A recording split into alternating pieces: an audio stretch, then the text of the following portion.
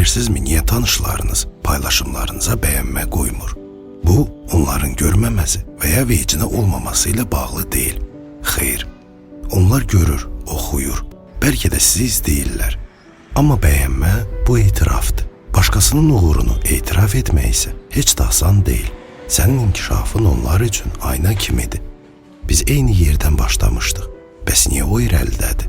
Hər paylaşımın onlara etmədiklərini, yarımca qalanları və itirilmiş imkanları xatırladır. Amma bəyənmə sadəcə bir barmaq yuxarı işarəsi deyil. Bu deməkdir, səni və zəhmətini görürəm. Etdiklərin həqiqətən də dəyərlidir.